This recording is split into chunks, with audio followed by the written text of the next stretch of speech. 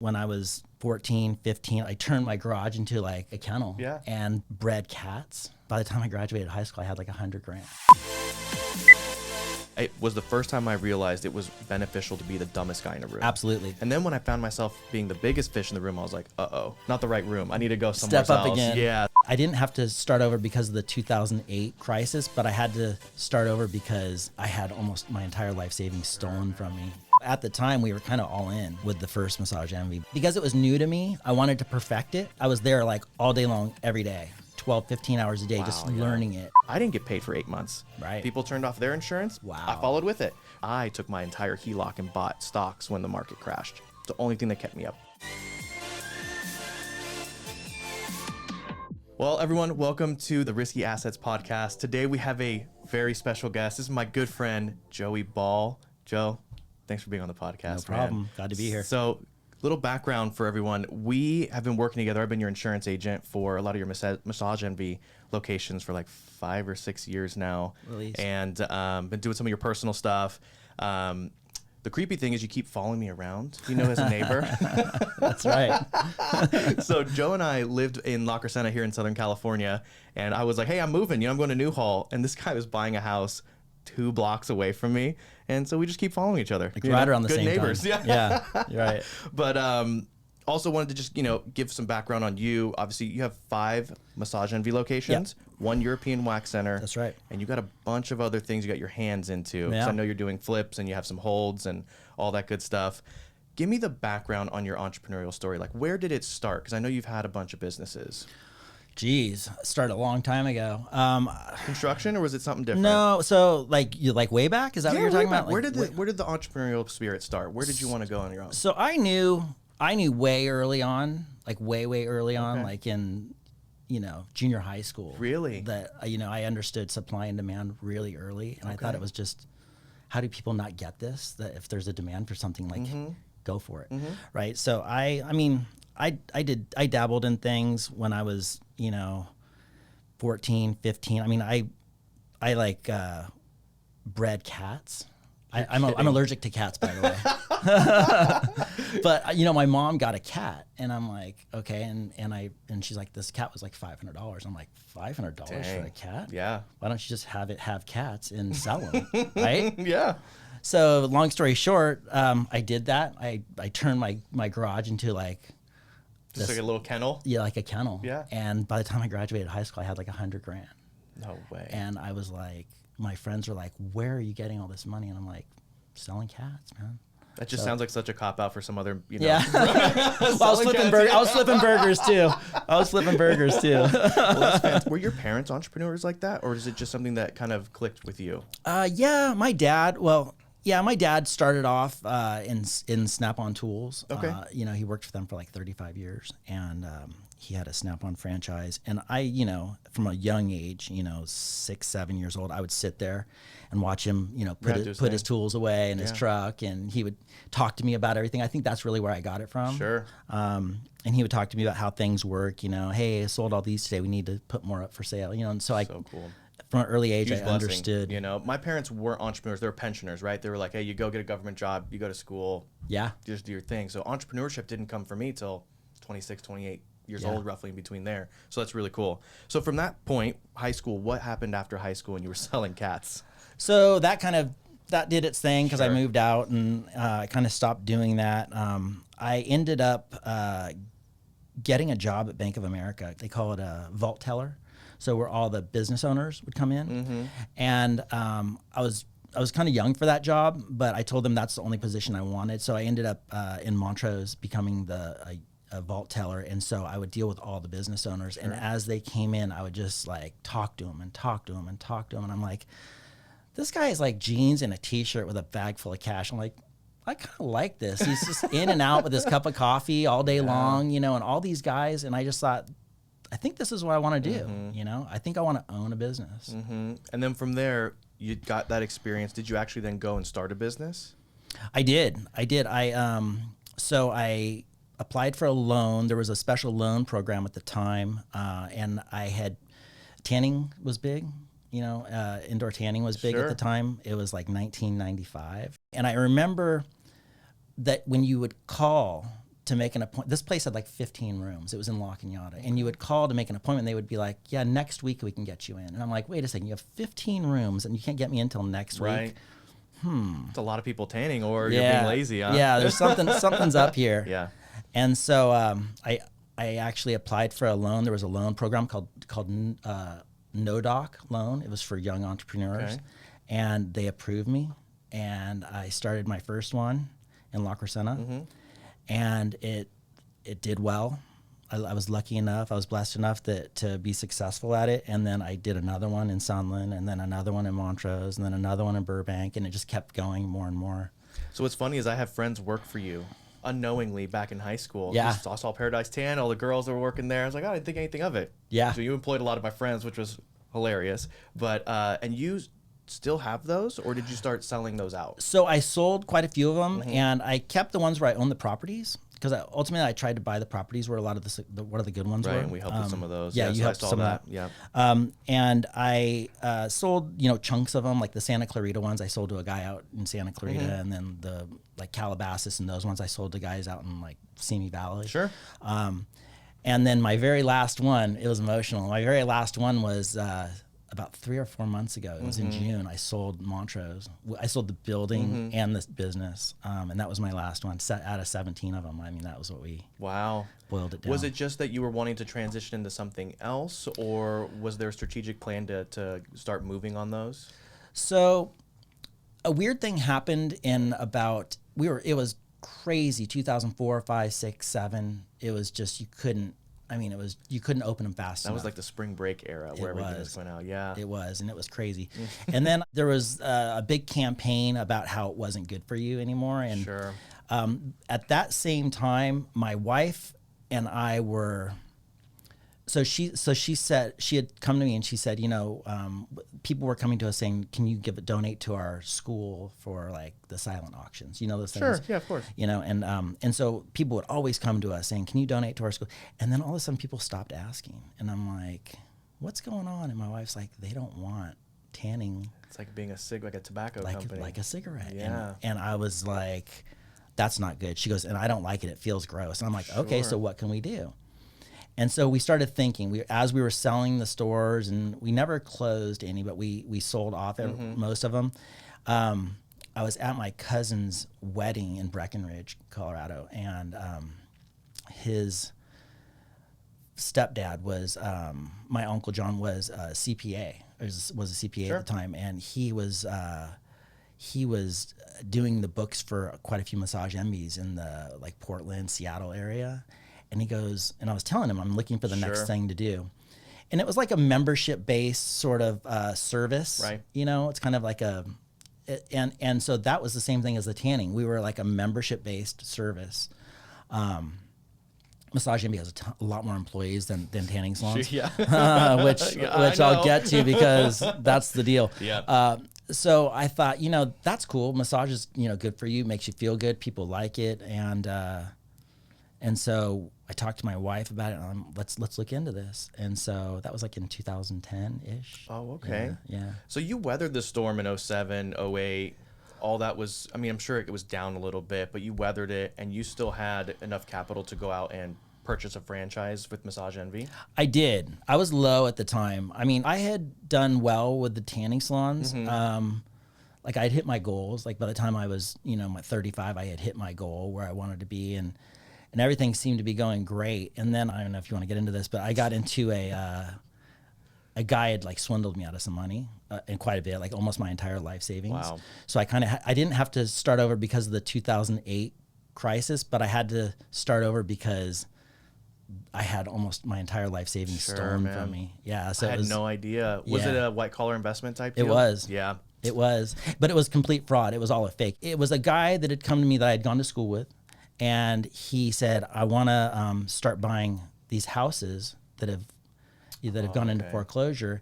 And so he was giving me like these fake deeds, and it wasn't real. So every time I would give him my money, he was like, pocketing it, spending it, and it just got ugly. And he ended up getting convicted, federal court. Of course, yeah, that stuff all runs out. It's just who's affected in the meantime, you know. He didn't expect me to go after him and to like pursue it, and it was hard because it was a long process. It took a toll on it's emotional, 100%. Yeah, of course. Losing the money wasn't nearly as bad as the amount of time it took away from me with my kids and my wife.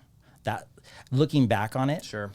The money was like horrible at the time, devastating, but it wasn't. When I look back and I say all those sleepless nights I could have been snuggled with my kids in bed, that I was actually sitting at my desk trying to figure out how to survive. Man, it does put perspective into your life, right? And then I've done some dumb things just being young with money, and I was like, it was a huge distraction from my main goals. The money is not supposed to be what drives you. It's supposed to be what provides all the stuff that drives you. That's right. So I totally understand that. But man, it's a tough deal. So from there, you decided, all right, we're going to do this Massage Envy thing. Yeah. Was that La Cañada location the first one you started? It was, yeah. Okay. Yeah. And how long did you have that as your sole location? Oh, boy. I think I had that from 2012-ish, by the time we had built. Wow. To probably 2015 for about 3 years. And because it was new to me, I wanted to perfect it. So I was there like all day long, every day. Just like 12, 15 hours a day, just learning it. And I've noticed when I visited your shop, you're super hands-on. Like, you're in server rooms messing around with stuff. Yeah. And I'm like, how was the entrepreneur who started this in the server room troubleshooting all this stuff? But you basically said you built it then from the ground up. You did all that stuff. I did. That's impressive. And you know, people ask me, like, what are you doing? Why? Like, yesterday I replaced a toilet at La Cañada. Like, people are like, what are you doing? And I'm like, I do it, number one, because I enjoy being part of the machine. You know, I don't want to like build this machine and then walk away from it. Sure, I hear that. But I also have this strange sort of respect for my staff.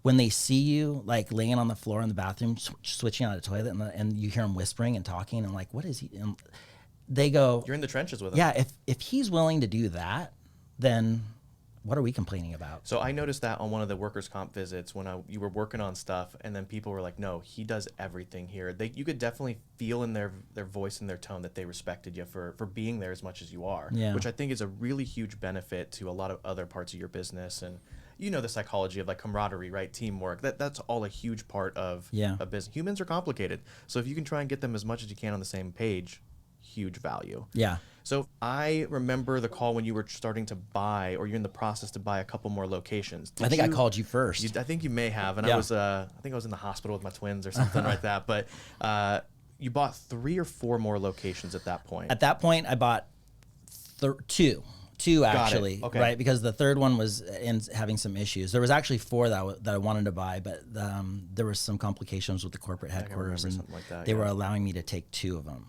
Okay. Yeah, and that was that was a distressed business too, right? They were hurting a little bit. Yeah, yes and no. So the only reason why they were distressed was because their workers' comp was human capital heavy for Massage Envy. Ridiculous. Yeah. Like, I'm not joking when I tell you they were paying like $400,000 a year and work for 2 stores. I know. Yeah, I remember you showed me the paperwork, and I was like, that is staggering. Almost impressive to get to that big of a number, honestly. Yeah. Yeah, ridiculous and impressive all at the same time. Yeah. So I think I called you, and I wanted to find out if we were to figure out a way to get rid of that issue with workers' comp, and I think we figured out a way to do it. It is a complicated, not ideal situation, but once you lay off more than 50% of your employees, it's no longer the same business. So you went through the process, and I think we did. You let go most of them, which was. I know the game, so I know what you did. Yeah, I'm not. So I'm not a big fan of laying off people. Of course. But I had no choice in that scenario. So yeah. And it was a new business. You kind of had. It was better than everybody being gone. Correct. And you had put it like, this is a new business. I'm starting fresh. If they're available, I'll hire them back. Which I think you ended up getting a pretty good recapture rate. Ultimately, I did. Ultimately, about 85%. Fantastic. Yeah. And then you have more locations. So you bought another couple after that, and you brought it into the portfolio. Yeah, I did. So I ended up getting another location after that, which I acquired with some sort of creative financing, which at first I wasn't real sure was going to work, and ended up working out great. Seller financed, or did you have outside financing? Seller financed. Very cool. Yeah. And this odd thing happens if you can find owners that are sort of ready to retire, and instead of coming up with any money up front, you could kind of figure out a way to give them like a retirement income, of course, going forward. Yeah, and if they move to another state, they can go find a zero income state. Yeah, all that stuff. Yeah, we see it all the time in the insurance game too. Oh, really? Oh, yeah, absolutely. Yeah, it's kind of a cool thing. It's a very cool thing. It's great for everybody, actually. It's a win-win for a lot of people, and we kind of also share the love for the distaste in government. And so, if you can try and keep more of your own money and for your family, for your charities, it's a good thing. That's so right. that allows you to do a lot of that stuff.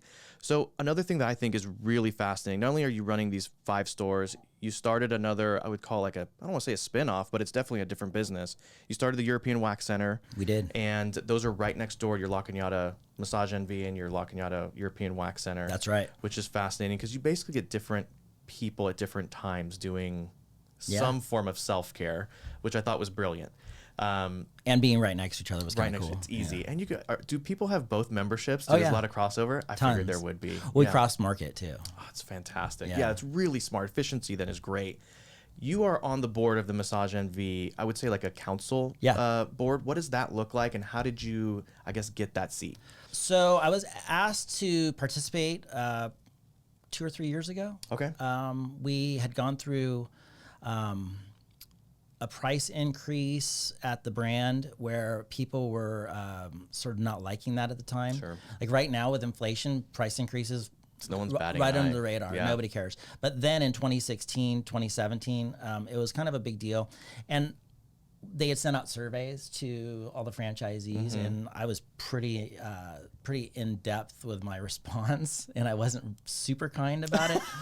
And I think they just liked the honesty. Sure. And they approached me and they said, "Can you fly out to Scottsdale and have a meeting with us?" And I said, "Yeah." And so I did, and was asked to sit on the board, and it's kind of like an advisory board sort of. And just a bunch of smart people. I'm not saying I am. I'm just saying that the people that Smart enough. Right. So that's always been one of my tricks is I try to surround myself with smarter people. And this was one of those instances where I was sitting in a room going, wow. I remember being somewhere and I told someone, it was the first time I realized it was beneficial for me to be the dumbest guy in a room. Absolutely. It's my small fish being around big fish, I ate it up fast. Yep. And then when I found myself being the biggest fish in the room, I was like, uh-oh. Not the right room. I need to go somewhere else. Step up again. Yeah, so I think it's a fascinating way to grow. It's a fascinating way to grow. It's good advice that I give my kids now, like about who they hang around with. When I talk to them about real estate, I'm like, you want to buy the worst house on the street because there's so much upside. Like you want to be surrounded by the best. Like, of course. So that you will eventually, when they say you hang around your dog long enough, you start looking like your dog. Yeah. It's like the same thing. Show me your friends, show me your future. It's the same thing in business. Yeah. The other one, right? If you're in a room full of 5 millionaires, you'll be the 6th, Absolutely. right? It's just, you need to be around it to see it. A lot of it for me too, I have a lot of gun shyness, so to speak. I have all these ideas and I'm not like a purebred entrepreneur. So sometimes getting some validation for me is really helpful. So when I run it by someone who's like, yeah, dude, that's how we did it. Go, it's a good idea. Great, and then I go. Yeah. Right? So that's really important for me to be in a room like that where there's people who've done it. I don't have to spend money on mistakes. Totally. Right? So love that. Learn from their mistakes. Love that. So we're called the Risky Assets Podcast, right? What is the biggest risk you took on that Massage Envy? Where did you see is like, this could hurt me? How did you hedge against all of those risks? And what made you successful then in the brand? Oh boy. I think probably the riskiest part was at the time we weren't, so we had done well financially. Sure. And then remember I was telling you that we had sort of had that hiccup. Mm-hmm. So at the time we were kind of all in with the first Massage Envy, believe it or not. Yeah, people don't know that. I was all in on Greyhawk. I put it all in, it was important. And I was like, one, I believed in myself. I was going to make it work. But I'm assuming you were in the same position. Same thing. Yep. Yeah, it's humbling. I think because of the survival of knowing, especially when you have kids, right? You have to survive. Thing, yeah, of course. That it makes you do things that aren't like super risky, but you're very calculated. Mm-hmm. And I mean, just some things happened, like with La Cañada Massage Envy, craziest thing ever. They kept pushing me to sign the lease, right? Okay. I'm like, why are they pushing me so hard? Vaughn's owned the entire complex. Okay. And I'm like, why are they pushing me so hard? And I just I was dragging my feet because I was just being super cautious. Mm-hmm. finally the lady's like, I need to meet you. And I'm like, all right. So we meet outside this, it used to be called Zelly's. It was a coffee shop in the center. And she goes, if you sign this lease today, we'll give you $400,000 in TI money. And I'm like, what? You know, tenant improvement. Yo, I know what it is, but that's a lot of money. It's like, it's unheard of. Yeah. They're multiple. They were in the process of selling the building. Oh, they needed heads in there. And they needed it to show their multiple to sell the building. I mean, like a big building. So you dragging your feet gave you the opportunity to get that basically free build out. Basically. Unreal. Yeah. And how long did they sign you up on something like that? Was it like a 5 or 10 year? So it was a 10-year. A 10-year with 2 10-year options. Wow. Yeah. And that's fantastic. It was like, I just remember going home to my wife and going, you know what? We just totally lucked out, because I was actually getting ready to sign the lease anyways. And these people are like, we need you to do this now, and this is what we're going to do. I thought, this can't be right. Unbelievable. Such a cool story. I mean, speed is king for me. I always have this speed is king. You go fast. Yeah. And there are times where I've done certain things where I'm like, I wish I'd waited a little longer, maybe a little bit more calculated. I like to shoot first and then figure it out. Yeah. So, I mean, hearing stories like that, it's like a huge, hey, we should probably chill out. Slow down a little bit. Slow down sometimes. Yeah. I had no idea on that story either. And that's the same location. You guys aren't going to move anytime soon. That area is affluent. It's a great place for a Massage Envy. A lot of people doubted opening that store there. Even corporate Massage Envy doubted it. You think they didn't understand the demographic well enough there? I don't think they understand why those people in that area that have a lot of money have a lot of money. I think it's more old money, and the reason why they have money is because they're frugal. Sure. And we were bringing something that was magical to the area, which was convenient, affordable massage, professional massage to the area, right? And when you bring, everybody always, well, they have so much money, why does affordable matter? I'm like, that's why they have money. Yeah, they watch it. Yeah. That's what they care about. I've noticed over the years with you, I know you do really well. You are still hyper vigilant of anything on a P&L. Yeah. It can be $400 on something and you're like, hey, you'll make the call. Do you think that's also helped you scale properly, grow? Because I'm assuming you're hyper vigilant on any number that's through the business. Almost too much. I mean, you know, I could spend hours and hours. I've noticed. Like if you saw my office, it's just boxes and papers. I do everything by hand, by the way. I do my own books, which is insane. That's insane. Like, I don't know. I need to know. Well, you've had the tough lessons, so yeah, I get it. I think that's probably why. It's the tough lessons. You can see it based on the story. Now it makes sense that we've had the conversation. Perfect sense. Just hire someone to sit next to you, man. I know. I know. My wife's like, when she hears tax time's coming, she's like, tell the kids to come in and we'll see you in a couple weeks. Now, as far as the massage business, it seems like you've turned a lot of that profit into some of now the other things that you're doing. Yeah. What are you into now outside of maybe some flips? I know you're doing a lot in the real estate game too. We are. So yeah, I mean, I've always been interested in real estate, like most of us, just trying to figure out, you know, the best way to get stuff low and turn it into something great. You know, right now with the way the market's turning, it's kind of scary, but we don't position ourselves to go underwater. Like we never, you know, back in 2008, people had multiple zero loans. down stuff, exactly. you know, all that kind of stuff. We're more like we're parlaying, right? So we've constantly got equity, and we're not, you know, if something backs down 10 or 20%, it's not gonna kill you. No. When you say parlaying, are you like 1031ing money down? Yeah. Okay. Well, you're kicking the tax can down the road, which helps. It does, and I've learned a lot about 1031 exchanges. I'm like, oh man, do I have to learn something new, right? But then once I do, I'm like, wow, it's a huge tool. Wow, you know, you could take like the building we sold in Montrose, the Paradise Tanning building, and convert that into like 4 private residences. You know, I know, it's really just a piece of paper. Tell me the addresses, and then there the money goes. That's it, and you avoid the tax. Well, you kick the can down the road on the tax. Yeah, right. Yeah, you still have that base. Yeah, which is still important, right? I know you have a bunch of flips. If something happens in the market, are you just going to hold them for rentals? Oh, yeah. Yeah, I mean, it's a simple game for that. Because rentals is crazy. Rentals is crazy. It going down. Yeah, and they keep printing money.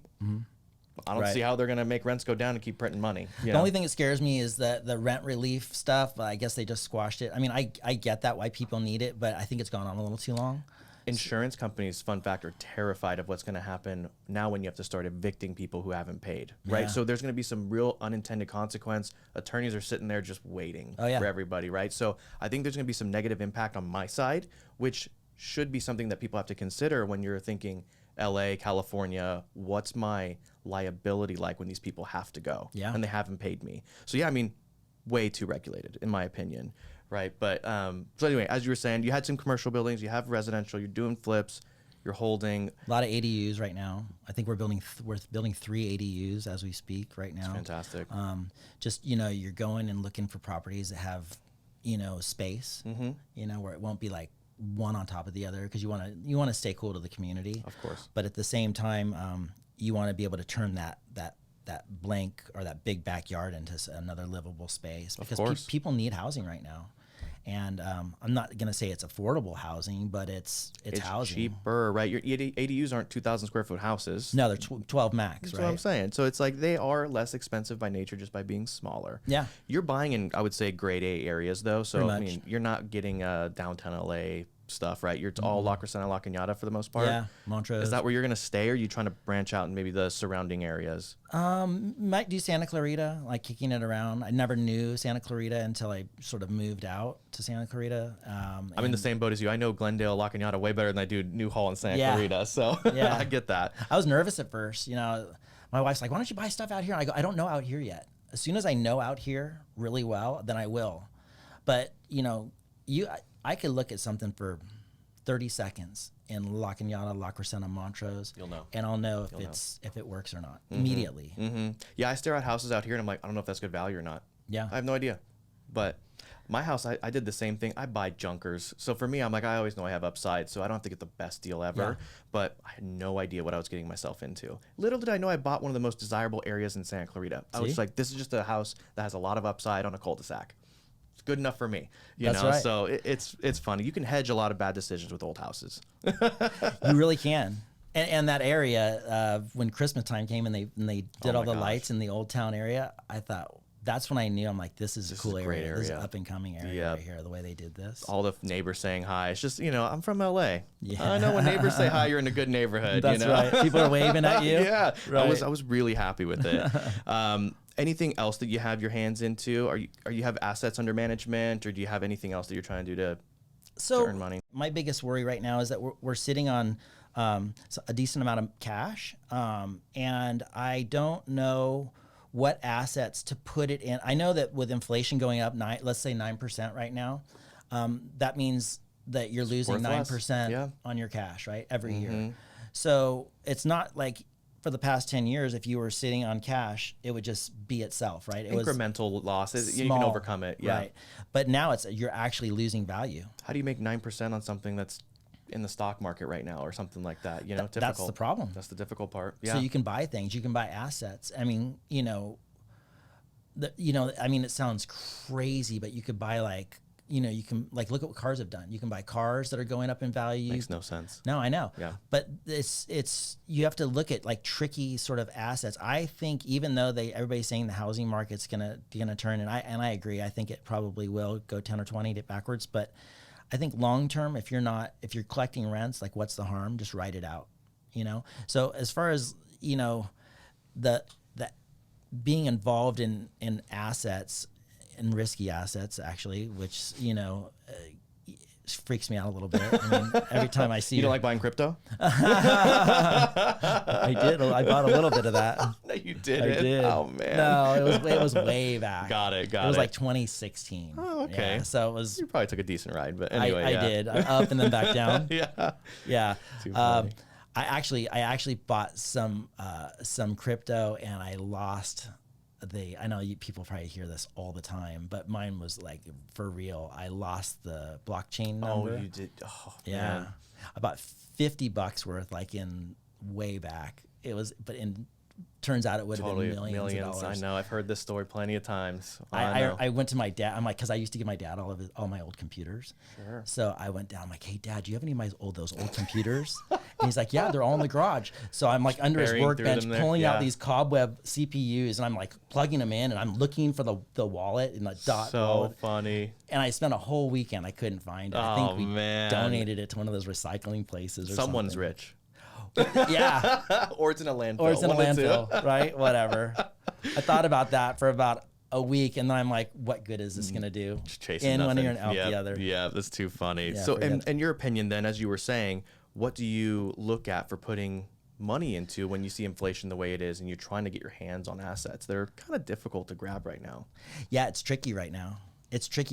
So, going back to 1031s, right? Yeah. So like we are sitting on some money that we need to spend right now, but it's like, what's worse? Yeah. Is it worse paying the taxes, right? Or is it worse buying real estate that's going to go down? I would probably, if I had to guess, the real estate offers you tax benefits at least, right? So you can get depreciation, all the expenses. Get some income Get from renters. some income. Yeah. You know, I think they're going to be a lot of punch in the nose. It's just how bloody do you want your nose to be? That's right. I think right now. So I would always say buy the asset, take the punch now. People got to live somewhere. Yeah. I mean, the government's going to piss your money away, in my opinion, anyway. So it's like, it's better for you to just buy something. Yeah. And just go from there. I agree with that. So are you in the market at all right now? Stock market? Yeah. Yeah, Because assets under management, how has that been? Have you been moving it into different assets, or have you kind of just been letting it ride? Yeah. So, like I did all the 529s for the kids, and, of course, all that stuff, SEP IRAs, if you have a good enough CPA, they're going to tell you like put this into your SEP IRA, that way you don't give it to the government. You're not doing anything illegal, but you're like, why would I give it to... It's the code in front of you. We do it too. Why would I give it to him when I can give it to myself in this account? It's your loved ones, man. You take care of them first. Totally. Of course. So we do all that stuff. So my biggest holding, I followed Kathy Wood. Oh, yeah. And with with her call on Tesla and some different things that she did, I was like, that's pretty cool. So I started watching all the ARK Invest funds, the ARK Genome and the ARK Autonomous, and a few of the different funds I thought she was forward thinking on. She was killing it, right? So I got into those right at the top. Damn it. And you know what? I'm just gonna hold them. I mean, it's painful to look at the numbers. Well, that's a non-emotional play, which I always think if you're in the stock market, you have to pull the emotion out of it, because it is painful to look at your loss on stuff like that. Yeah. So how long? You have a play for how long you're going to hold it, or it's just, hey, if it goes, it goes? And luckily, we don't need it. If for some reason we were to need it, we would just have to bite the bullet and whatever. But no, yeah, I'm not one of those ones where I'm like, I need a loss right now. I'm going to sell all these stocks at a loss. That still hurts. It still hurts. Yeah. It's pointless to get a tax write-off for a big loss like that. I completely agree with that. Yeah. We have people buying trucks year after year for the write-off. Yeah. And I'm like, dude, go buy a property. Sure. Get depreciation over there or something. Do something that helps you. You're still paying the money or taking the loss. Okay, unless it's over the whole thing where it's 6,000 over 6,000 pounds. I know the truck rules. The truck rules. Oh, yeah. We deal with it all the time. G-Wagons and stuff like that. All of it. They're changing all that stuff soon. But either way. I think that's a George Bush thing. It might be. I think it was. I think they changed it. Instead of 100% write-off, it's going to be 80% of it year one. So you can still get the other 20 the following year, but you can't take 100% of it up front. And people are doing that every year. And it's crazy. It is crazy. And it's kept the SUV market alive. It really has. And the trucks. But anyway, yeah, it's a really good thing. As far as future plans for you, what's next? I don't know, man.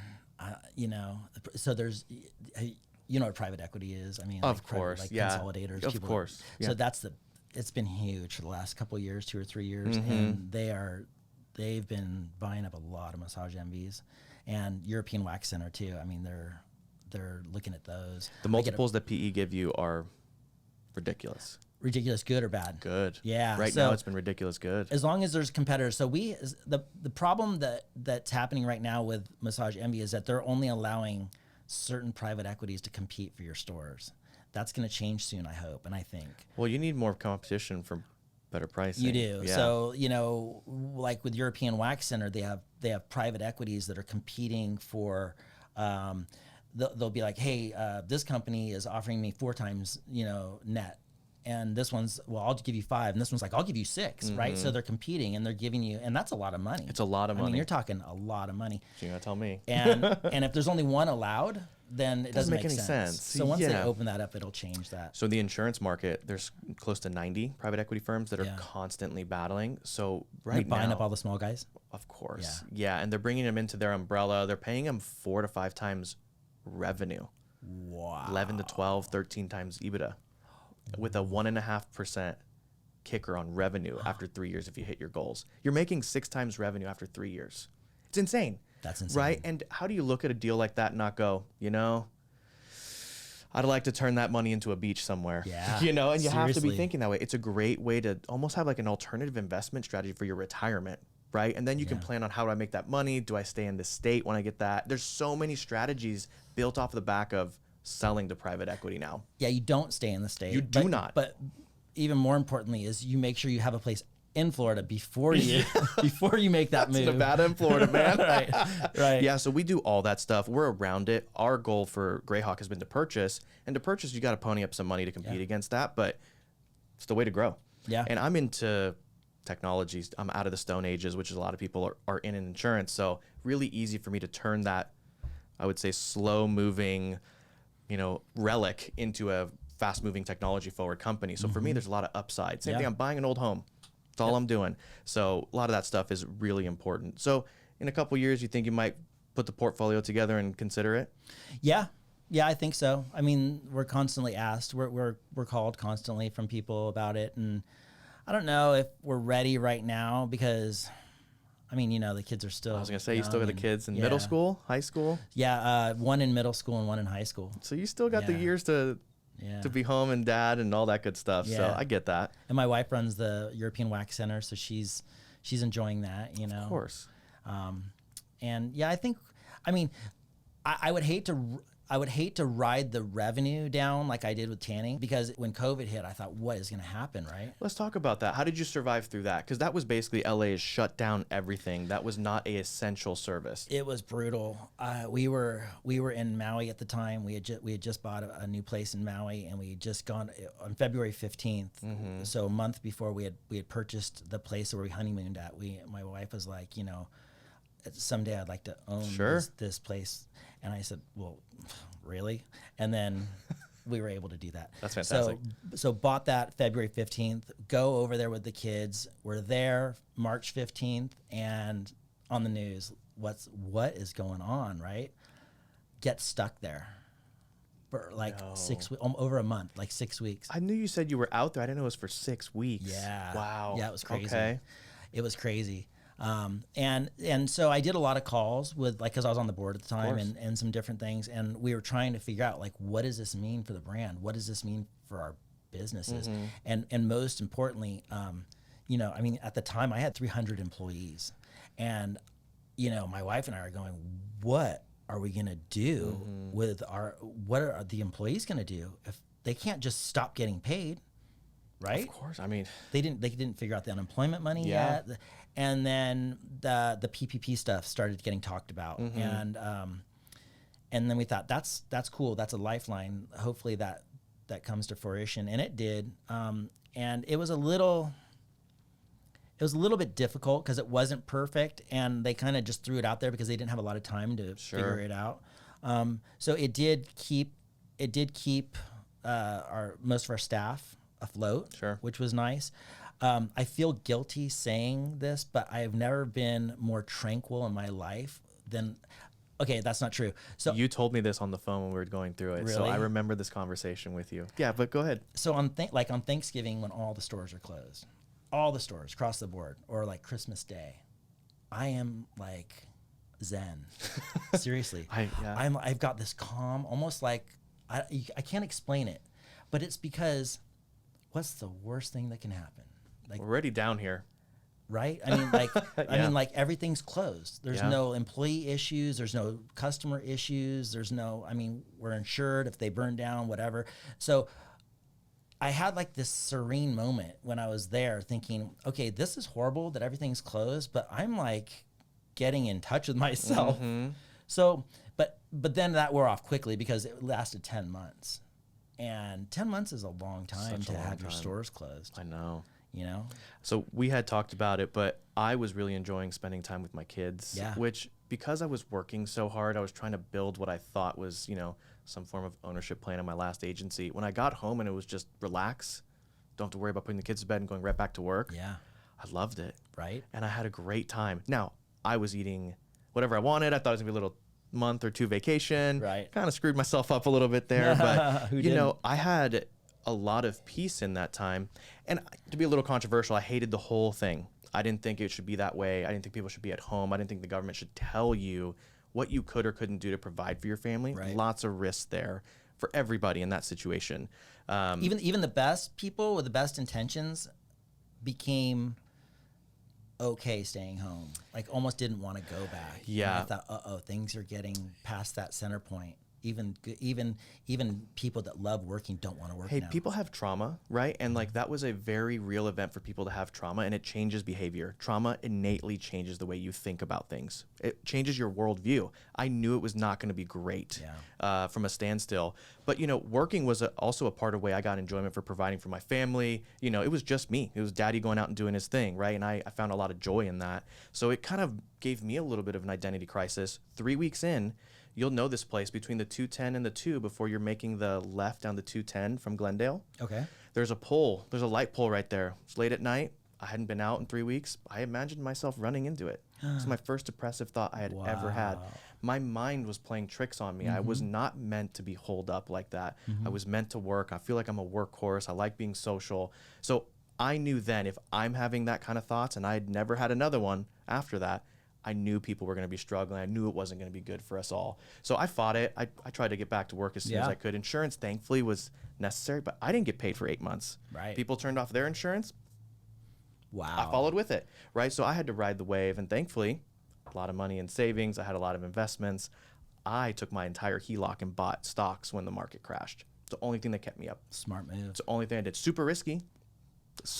And that takes a lot of nerve. Yeah, big balls. It was balls. And I knew when I didn't really tell my wife that, I would say the colossal mess it could have created. I knew it could have been bad, but. When did you do that? Do you remember when it was? So I bought April, May. So it was sooner. Was it really? It was sooner. I mean, I got in pretty quick. And That's what impressive. I knew, because insurance companies were cutting refund checks to people, I was like, they're making money hand over fist. Well, because nobody was driving. Nobody was driving. Yeah. And you're at home, which means if there's a water leak, you're going to find it right away. You're not going to let the whole house, float before you figure something out. I just knew that the insurance companies were okay.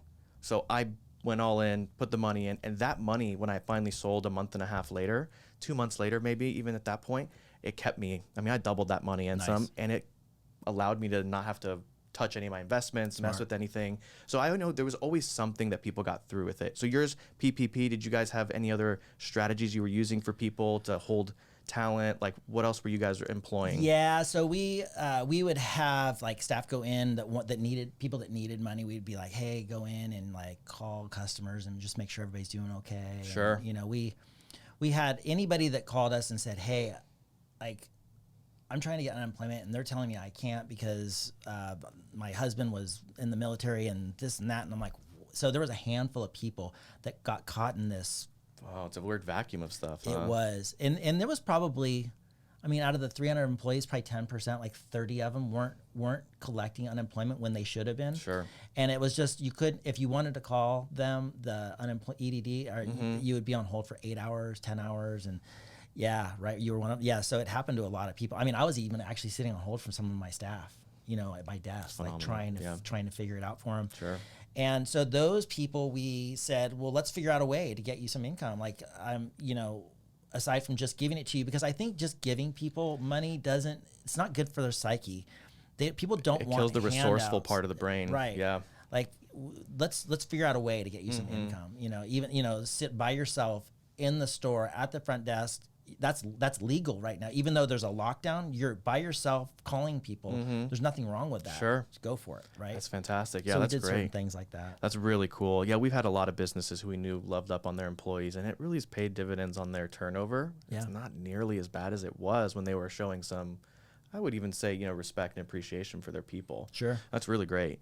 So outside of Massage Envy, you got plans to maybe in the future move on that? Yeah, Are you maybe. going to keep buying real estate actively? I see that. I love building stuff.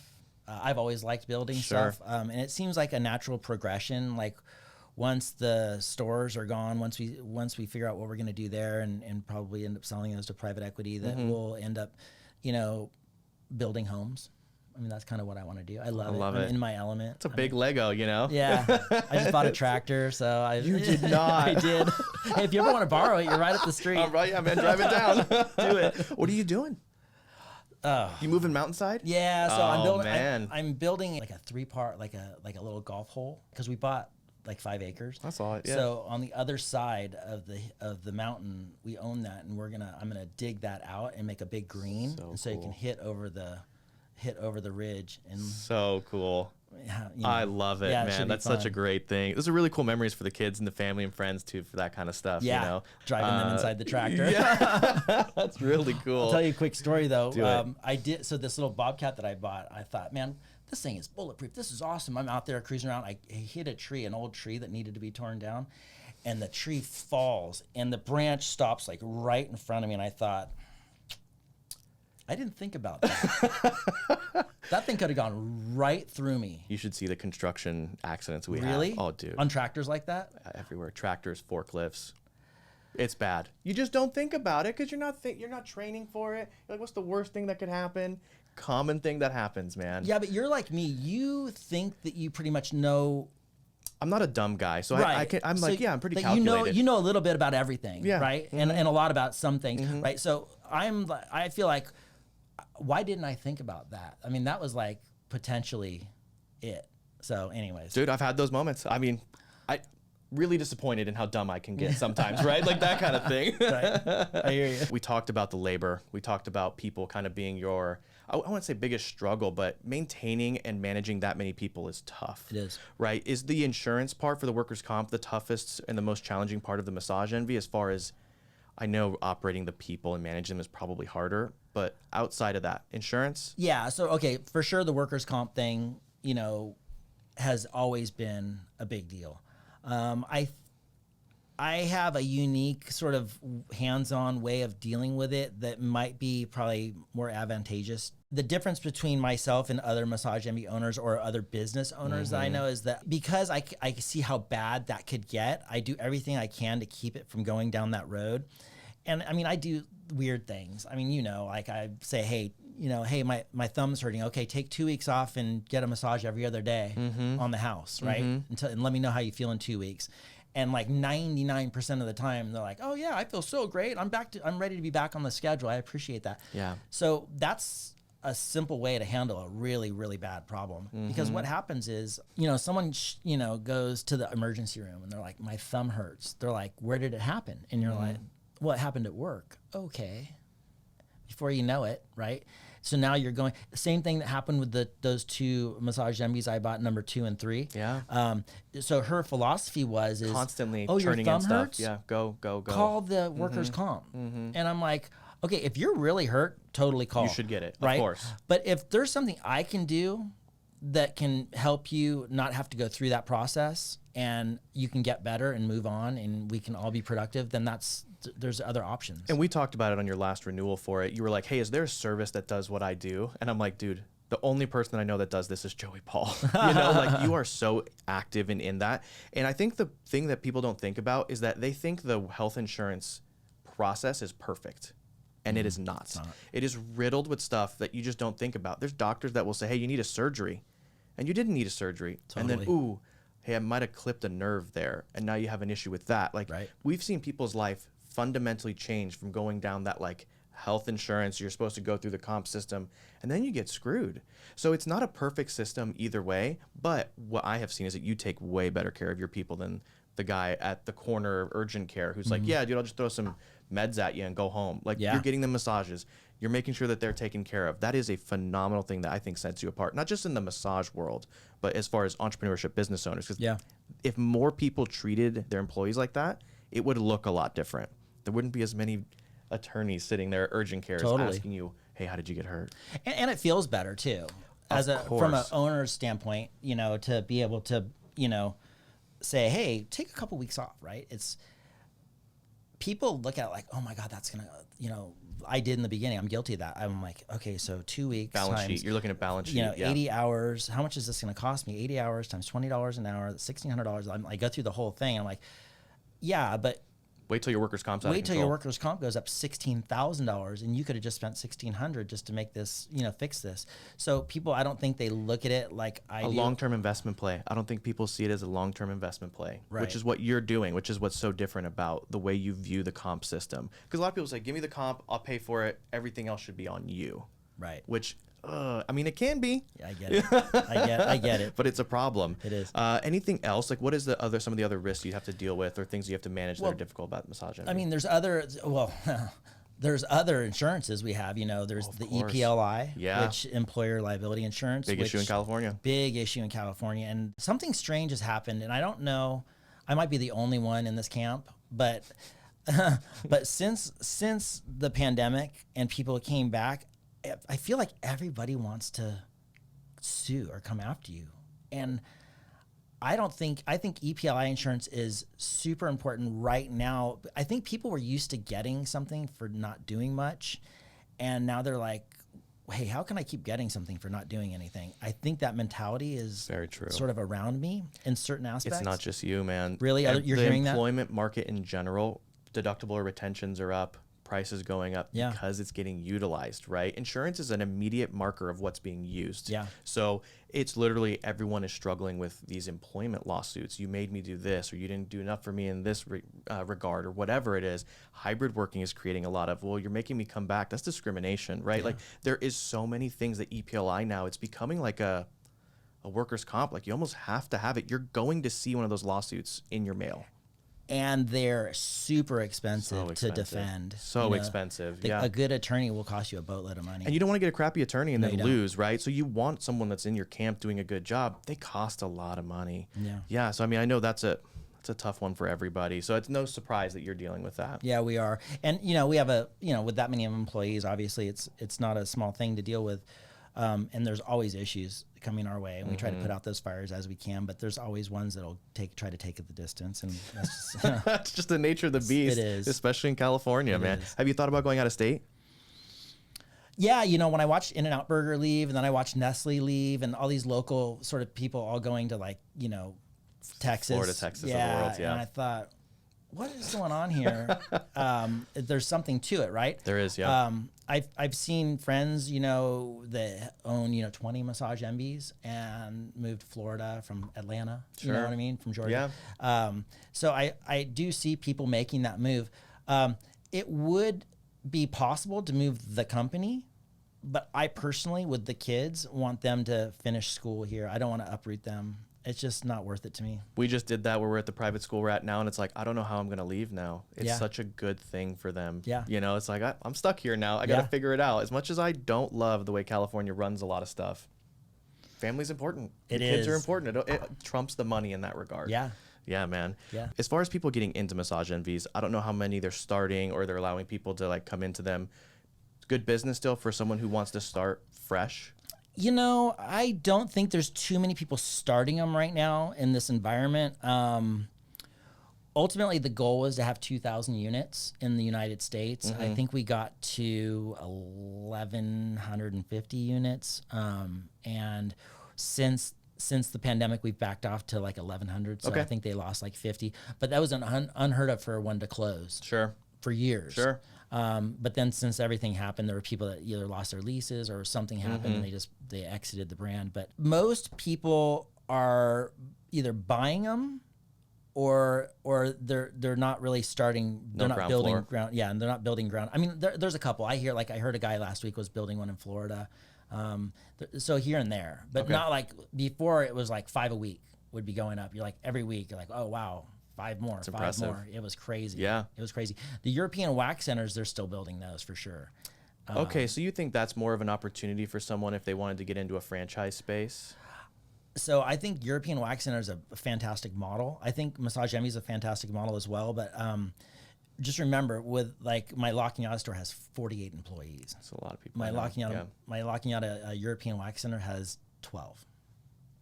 Right? So when I went from tanning to Massage Envies and European wax centers, the one thing I wasn't thinking of is how hard it is to have that many of employees, because every decision I make, especially during pandemic, is this isn't just affecting 300 people. This is affecting 300 people and their families, right? Yeah. So it's stressful. You know, it's stressful to be sitting in your office alone looking at numbers going, wow, right? So yeah, I would say if you wanted to do something, I would probably go more towards European wax than I would Massage Envy right now. But you never know. It's those ebbs and flows, you know. It's always like that. As far as all those stores, what's the best performing one? Like, what's your margin, and what are they making roughly a year? Like profit? Like, what are they making? Yeah, because this is the fascinating part about business, right? Because not a lot of people, even myself, don't think about that as like a business to jump into. But what does it look like if someone was trying to jump in? So like, I can group the Massage Envies in one. I mean, I can tell you about like the e-wax, the tanning, how it all they all differ. I think so. With the Massage Envy to build, right? They're anywhere from $500 to $1 million to build one. It's not cheap. It's not a cheap investment. It's a pretty big investment. They used to operate on 20 to 22% profit margin, right? Right now, we're doing about 15,000 massages a month in my 5 stores, so about 3,000 per store per month, which is significant. Yeah. And when I say massage, I should say services, because we do facials as well. Okay. So about 15% of our business is facials. I had no idea. Maybe That's cool. Maybe even 20% at this point. But like the La Cañada store will do like $2 million, right? That's great. A year. Since 20, I mean, after like the 3rd year, it had got up to that. So fast, right? That's really fast, quick. Yeah. And it's a reoccurring revenue. And it's actually similar to like a gym membership. Well, so it is and it isn't. With a gym membership, if you don't use your gym membership, then you just lose it. Like you move on to the next month, and hopefully you use it that month. With us, you get like a service put into an account. So if you don't come in for 3 months, you have 3 services, 3 massages that are sitting on the computer for you to use. You can give them to a friend. You can use them all 3 in 1 month. Fascinating. So you don't really lose it. Well, I guess self-serving, because you don't do crap like that for nothing, right? If you're giving it to friends, it could possibly be a new client then. So it's almost like a marketing budget. That's what it is. Yeah, because you can't give it to a new friend without getting their information, and we have to take all your. And then you're in a marketing letter, or you hook them in. You're like, this is great. Now I have a new client. Okay, that's fascinating. I didn't know that either. They're in the mousetrap. Yeah, it's part of the game. I remember before I was involved in massaging, when we were in tanning, and I would go get a massage at a place down in. It was called Faux Siam. It was down in like Thai Town. Okay. And we would go down there and get massage every once in a while, and I'm like, this place has got like 20 rooms and it's packed. Like, I'm the type of person where I can't not think about entrepreneur stuff. So I remember I would be laying the face down getting massage going, okay, if there's 20 rooms and they're seeing 8 people a day, that's, at the price I just paid. Right, the price I times $70. And I'm like, wow, right? So even like things where you're supposed to be relaxing and brain's racing on you. Yeah, it just never ends, right? Yeah. So I remember thinking to myself, I have to figure out a way to do this, but on a bigger scale. Not bigger in one location, but like multiple. Of course. And so once we did the first one in La Cañada, and it was a success, I said to myself, with like the tanning business, I said, if I ever find something that I know for a fact works, and it works well. Double down. Go. Yeah. Go. So I drug my feet with the tanning. It took me like 10 years to do, my second one. And then I started growing fast. Sure. But I always said to myself, if I found something that was amazing, like, do it. And sort of that's what we did. And they're not all operating at 20%, but. No, I know it all differs based on market and all that stuff. So I totally understand. But average, if you're operating on an average 20%, that's good numbers, man. Even 15% is good right now. That's like an insurance. If you're doing 15%, we're high overhead, right? I mean, I'm not paying people $20. I'm paying a lot because it's a specialized service. Yeah. So if you're making 15, you're killing it. Yeah. Which is great. Now, as far as like my last question, because I think this is the fascinating part about entrepreneurship that I'm still, I would say, learning. I'm having to readjust my mind to. Leverage is a huge part of what you do, right? Lots of people doing the work for you. I came from the world of like, you just work hard and you just do it yourself, which honestly is just wrong. And I'm having to rewire my brain for it. What's the best part, in your opinion, of being an entrepreneur? Like, what have you seen as the major benefit? What makes all the headaches, the stress, what makes it worth it for you? What makes it worth it? That's a good question. That's actually a really good question. I ask myself that a lot. I never minded working for somebody, but I always wanted to like make money when I was sleeping. I always thought like the goal is to have money being made wherever I could. And there's a lot of nights, you know, when an alarm goes off at 2 a.m. because they just threw a brick through the front door and stole the computers. You know, that happens. Or, you know, an employee was making spa water and sliced the tip of her finger off. And I'm like, wait, what happened? So yeah, there's constant things that where you have to weigh it out, right? What makes it worth it? I think to me that I can get up, I can make my schedule, I can drop my kids off. I've never missed dropping my kids off to school in the morning since they were in preschool. So cool. And to be able to leave there and go get my coffee and sit at my desk and be like, what do I need to deal with today? And maybe go to the gym and, you know, have a lunch with my wife and maybe go meet with some employees. I'm making my schedule, right? And I'm being responsible, because if you're not responsible, it won't work. Of course. So I'm making sure that I have a calendar of things that have to get done. But for me, I love that lifestyle. I love that. And there's a lot of people that don't.